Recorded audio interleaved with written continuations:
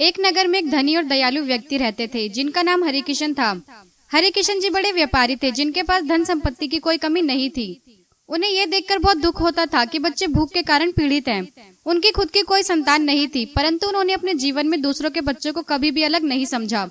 उनकी पत्नी भी बहुत दयालु और उदार थी। उन दोनों ने मिलकर बच्चों के लिए कुछ करने का निश्चय किया। हरिकिशन जी ने एक दिन घोषणा की कि वह रोज सभी गरीब बच्चों को बगीचे में आकर रोटियां लेने के लिए आमंत्रित करते हैं।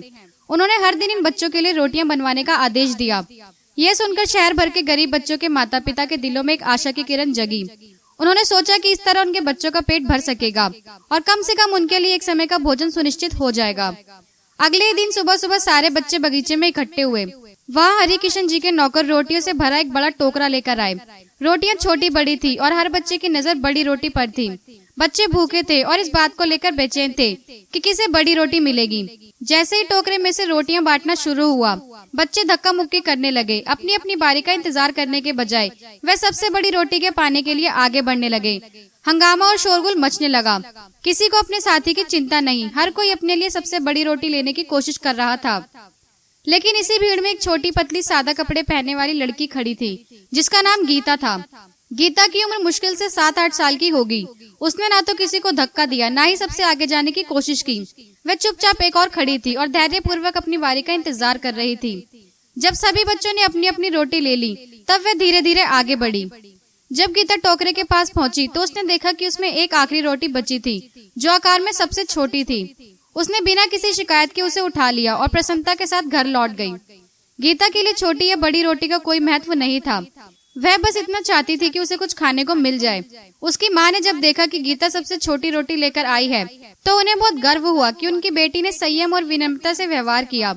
अगले दिन फिर से रोटियों का वितरण हुआ। गीता फिर उसी तरह सबसे अंत में आगे बढ़ी और सबसे छोटी रोटी लेकर घर चली आई। इस बार जब उसने घर आकर रोटी तोड़ी तो उसकी आंखों में अचरज था।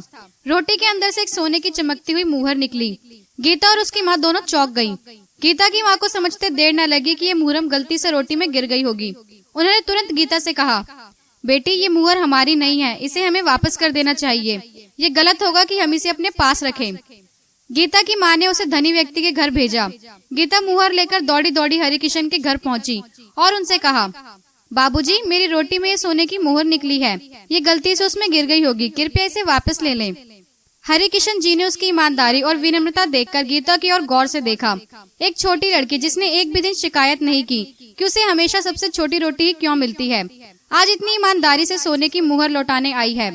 हरिकिशन जी का दिल गर्व और खुशी से भर गया। उन्होंने मुस्कुराते हुए गीता से कहा, बेटी ये मुहर तुम्हारे लिए ही थी, ये मेरी तरफ से तुम्हारे लिए एक तोहफा है। मुझे तुम्हारी इस ईमानदारी से भरे कदम के लिए बहुत प्रसन्नता हो रही है। हरिकिशन जी ने यह निर्णय किया कि वे गीता को अपनी धर्मपुत्री बनाएंगे। उन्होंने गीता को अपने परिवार का हिस्सा बना लिया और उसकी माँ के लिए मासिक वेतन निर्धारित कर दिया ताकि वह भी आराम से अपना जीवन जी सके। गीता के जीवन में एक नया मोड़ था। जहाँ पहले वह भूख से संघर्ष करती थी, अब उसकी पढ़ाई और जीवन के सभी आवश्यकताएं हरिकिशन जी ने अपने जिम्मे ले ली थी। समय के साथ गीता बड़ी हुई और शिक्षा में उसने उत्कृष्टता हासिल की। उसके संस्कार और ईमानदारी ने उसे एक महान इंसान बनाया। उसके जीवन में कभी किसी चीज की कमी नहीं रही क्योंकि हरिकिशन जी ने उसे अपनी बेटी की तरह पाला। उसकी सच्चाई और ईमानदारी के कारण वह धनी व्यक्ति की उत्तराधिकारिणी बनी। गीता की कहानी हमें सिखाती है कि एक छोटी सी ईमानदारी और दयालुता का कार्य हमें जीवन में कितना ऊंचा उठा सकती है। उसकी माँ ने भी उसे सिखाया कि जो हमारा नहीं उस पर अधिकार जमाना गलत है। गीता ने सीख को अपनाया और ईमानदारी की मिसाल पेश की। उसका यह कृत्य उसे एक साधारण लड़की से एक महान व्यक्ति बना गया।